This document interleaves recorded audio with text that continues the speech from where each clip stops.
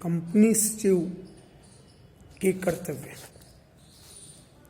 जैसा कि आपको जानकारी है, पहले बताया गया है कि कंपनी सचिव कंपनी के लिए हाथ, कान एवं आँख का कार्य करता है। तो कंपनी का समस्त आर्थिक तंत्र उसके इर्द गिर्द घूमता रहता है। इसलिए कंपनी सचिव के कर्तव्य और दायित्व बढ़ जाते हैं। कंपनी सचिव के कर्तव्य कंपनी अधिनियम व अन्य अधिनियम के तहत इन्हें परिभाषित किया गया है। कंपनी अधिनियम के तहत उसके कर्तव्य है कि वह संचालक मंडल के व्यक्तिगत व सामूहिक रूप से जो कर्तव्य हैं, दायित्व हैं या शक्तियां हैं, उसके अनुरूप उन्हें मार्गदर्शित करे और उन्हें पथ प्रदर्शित करे ताकि वे कंपनी के हित में कार्य कर सकें। दूसरा है उसका कर्तव्य संचालक मंडल के लिए सभा का आयोजन करे तथा उसमें भाग लेने और सभा के सूक्ष्म रखने में महत्वपूर्ण भूमिका निर्वाह करे। तीसरा, कंपनी की सभा बुलाने के लिए संचालक मंडल से अनुमति प्राप्त करें। नंबर 4, कंपनी का प्रतिनिधि होने के कारण वह कंपनी की तरफ से सभी प्रकार के नियमों का नियामक करना करें। नंबर 5, संचालक मंडल की सभा चलाने के लिए वह संचालक मंडल को मार्गदर्शित करे और उन्हें सहायता प्रदान करें। छठा है संस्था में श्रेष्ठ प्रथाओं के अनुसार उसका संचालन, आंतरिक संचालन एवं प्रबंध व्यवस्था देखें। सातवां है समय समय पर संचालक मंडल व अंशदारी द्वारा जो सौंपे गए कर्तव्य उन कर्तव्यों का निर्वहन करें। आठवां है आयकर अधिनियम के तहत जो भी कंपनी की तरफ से आयकर बनता हो या कर्मचारियों का टैक्स बनता हो, उस आयकर व टैक्स का वह भुगतान करें।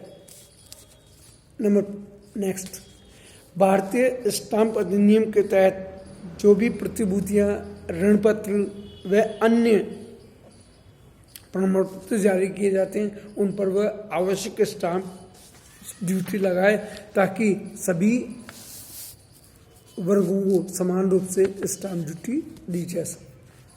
अब कंपनी सचिव के अधिकार है। पहला है कंपनी के कार्यालय का निरीक्षण, नियंत्रण एवं संचालन करना।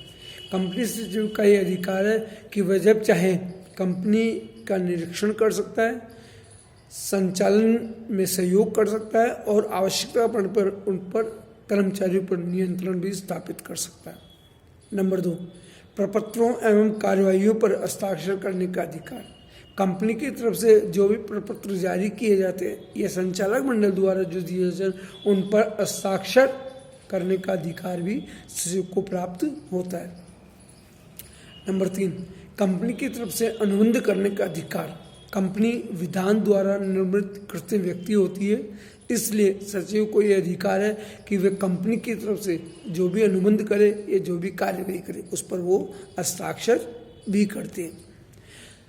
नंबर 4, विनिवेश आदि विलेख लिखने और स्वीकार करने का अधिकार। अगर कंपनी द्वारा बिल ऑफ एक्सचेंज के तहत प्रोमिसरी नोट लिखा जाता है या कोई चेक काटा जाता है उसे स्वीकार वह कर सकता है और कंपनी की तरफ से हस्ताक्षर करके कंपनी की सार मुद्रा के तहत वो उसको निर्मित कर सकता है। निर्धारित वेतन भत्ते प्राप्त करने का अधिकार। सचिव कंपनी का एक कर्मचारी होता है। कर्मचारी होने के कारण उसे निर्धारित वेतन भत्ते प्राप्त करने का अधिकार होता है। वे सभी योजनाएं जो कि लोक कल्याणकारी है, जैसे पेंशन, भविष्य निधि या अन्य योजना प्राप्त करने का उसे अधिकार होता है कि वह उसमें रिटायरमेंट के बाद इन सब सुविधाओं का लाभ उठाए। अधिक वेतन प्राप्ति का अधिकार। अगर उसका कोई पेंडिंग में या आउटस्टैंडिंग वेतन है जिसके लिए उसने काम किया लेकिन प्राप्त नहीं हुआ, उसे प्राप्त करने का भी उसे अधिकार है। पद मुक्ति की दिशा में सूचना प्राप्त करने का अधिकार। अगर उसे कंपनी की तरफ से पद मुक्त किया है तो उसकी सूचना प्राप्त करने का अधिकार भी सचिव को होता है। नेक्स्ट, कंपनी की सभाओं में भाग लेने का अधिकार। कंपनी की साधारण या असाधारण या वार्षिक सभा होती है, उन सब सभाओं में भाग लेने का उन्हें अधिकार होता है ताकि वे कंपनी की तरफ से अपनी बात प्रस्तुत कर सकें। लास्ट है संचालक मंडल की अनुमति व निर्देश से कुछ अधिकार पर। संचालक मंडल ने अगर उसे कुछ निर्देश दिए या कुछ अधिकार दिए तो उन अधिकारों को प्रयोग करने का अधिकार भी उसे प्राप्त होता है। अब कंपनी सचिव के सामान्य दायित्व। कंपनी सचिव के सामान्य दायित्व हैं, पहला है संचालक मंडल के प्रति दायित्व। वह संचालक मंडल के प्रति उत्तरदायी होता है, उसके आदेश और निर्देशानुसार कार्य करता है।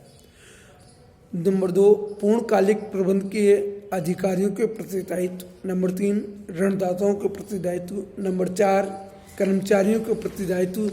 नंबर 5, जनता के प्रति दायित्व व अन्य दायित्व। ये सभी दायित्व उसके वह जो है सामान्य दायित्व है, जो सामान्य कार्य को संचालित करने के लिए उसके द्वारा निर्धारित किए गए हैं। फिर है वैधानिक दायित्व। कंपनी विधान के अनुसार दायित्व। पहला है कंपनी के नाम के प्रकाशन संबंधी प्रावधान का पालन नहीं करने पर दायित्व। आवंटन विवरण फाइल नहीं करने पर दायित्व। निर्धारित समय में अंश प्रमाण पत्र सुपुर्द नहीं करने पर दायित्व। प्रभारों का विवरण फाइल नहीं करने पर दायित्व। नेक्स्ट है सदस्यों आदि के रजिस्ट्रार नहीं बनने पर या रखने पर दायित्व। वार्षिक विवरण फाइल न करने पर दायित्व। संचालक मंडल की व कंपनी की सभा के सूक्ष्म न रखने पर दायित्व। संचालक मंडल की सभा की उचित सूचना न देने पर दायित्व। अनेक प्रकार के दायित्व होते हैं जो कंपनी विधानमंडल द्वारा जो भी कार्य निर्धारित किए जाते उन कार्यों के प्रति सचिव ही उत्तरदायी होता है। फिर अनुबंधात्मक दायित्व। लापरवाही की दिशा में सचिव पूर्ति करता है। अगर किसी प्रकार का अनुबंध सचिव द्वारा किया जाए और उस अनुबंध से कंपनी को किसी प्रकार की हानि होती है तो सचिव का दायित्व है कि वह हानि की क्षतिपूर्ति करें। नंबर 2, कपटपूर्ण कार्यों के लिए जाए। अगर सचिव कोई कार्य करता है और उसमें कपटपूर्ण तरीके से किया जाए उसके लिए वो उत्तरदायी होता है। अगर नंबर 3, व्यक्तिगत हित के लिए दायित्व। अगर वो कंपनी के कार्य करते हुए अपना व्यक्तिगत हित करता है तो उसके लिए वो दायित्व उत्तरदायी होता है। गुप्त लाभ प्रकट करने का दायित्व।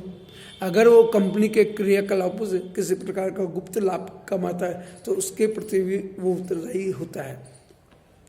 सौंपे गए कर्तव्य को पूरा करने का दायित्व। उसे जो कर्तव्य सौंपे जाते हैं उन कर्तव्य को पूर्ण करने के लिए वो उत्तरदायी होता है। नेक्स्ट, बाहर कार्य करने के लिए दायी। अगर वो अधिकारों के बाहर कार्य करता है तो उन कार्यों को करने के लिए भी वो उत्तरदायी माना जाता है। और लास्ट है गोपनीयता बनाए रखने का दायित्व। कुछ कार्य कंपनी के गोपनीय होते हैं, उन कार्यों को वह सार्वजनिक अगर करता है तो उसके लिए वो उत्तरदायी होता है। इस प्रकार सचिव कंपनी के लिए महत्वपूर्ण होता है, इसलिए उसके गोपनीय दायित्व होते हैं। उन दायित्वों की पूर्ति करना उसका कर्तव्य है।